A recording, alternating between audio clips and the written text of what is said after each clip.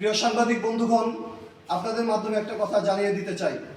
জামাত ইসলামী স্বাধীনতার পর থেকেই ইসলামী দলগুলোর সাথে মুনাফিকি করে আসতেছে। তারই আপনারা দেখেন এই যে চরমনায়ের পিসা হুজুর হাত পাখা, ওনারাও বের হয়ে আসছে। আর অন্য অনেক দলগুলো কিন্তু বের হয়ে আসছে। বাংলাদেশ খেলাফত আন্দোলনের সাথে ওনারা বলেছিলেন যে কিছু আসন সমঝোতা আমাদের সাথে করবেন, কিন্তু তার আসন সমঝোতা করে নাই। এবং আমি যেহেতু কেন্দ্রীয় দায়িত্বে আছি, আমরা ওনাদের সাথে বারবার যোগাযোগ করার চেষ্টা করেছি। আমরা ওনাদের বাসা থেকে আমরা ওনাদের আমিরের সাক্ষাৎ পাইনি।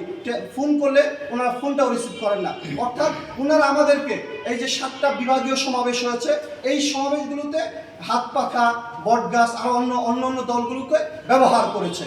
সুতরাং আপনারা জানেন যে সর্বশেষ যখন তাদের 300 আসনে প্রার্থী দেয়, তখন কিন্তু নিচে লেখা আছে কয়েকটা দলের বিষয়ে আসন সমঝোতা হয়নি। তারই অংশ হচ্ছে বাংলাদেশ খেলাফত আন্দোলনের সাথে 11 দলীয় জোটের আসন সমঝোতা হয়নি। তাহলে কি আপনারা জোটে অবমূল্যায়নের কারণে আপনারা নির্বাচন থেকে সরে দাঁড়াচ্ছেন, বিষয়টা এরকম? হ্যাঁ, অবশ্যই আমরা জোটে অবমূল্যায়ন। তাছাড়া আমরা ইতিমধ্যে দেখতে পাচ্ছি যে আসলে 11 দলীয় জোট নামে যেটা হচ্ছে, আমি মনে করি আপনার ওই একটা দলই আছে, যেটা ওই যে রিস্কা মার্কা, আর হচ্ছে যে আপনার জামাত, আর বাকি যেগুলো এগুলো জামাতের বি টিম।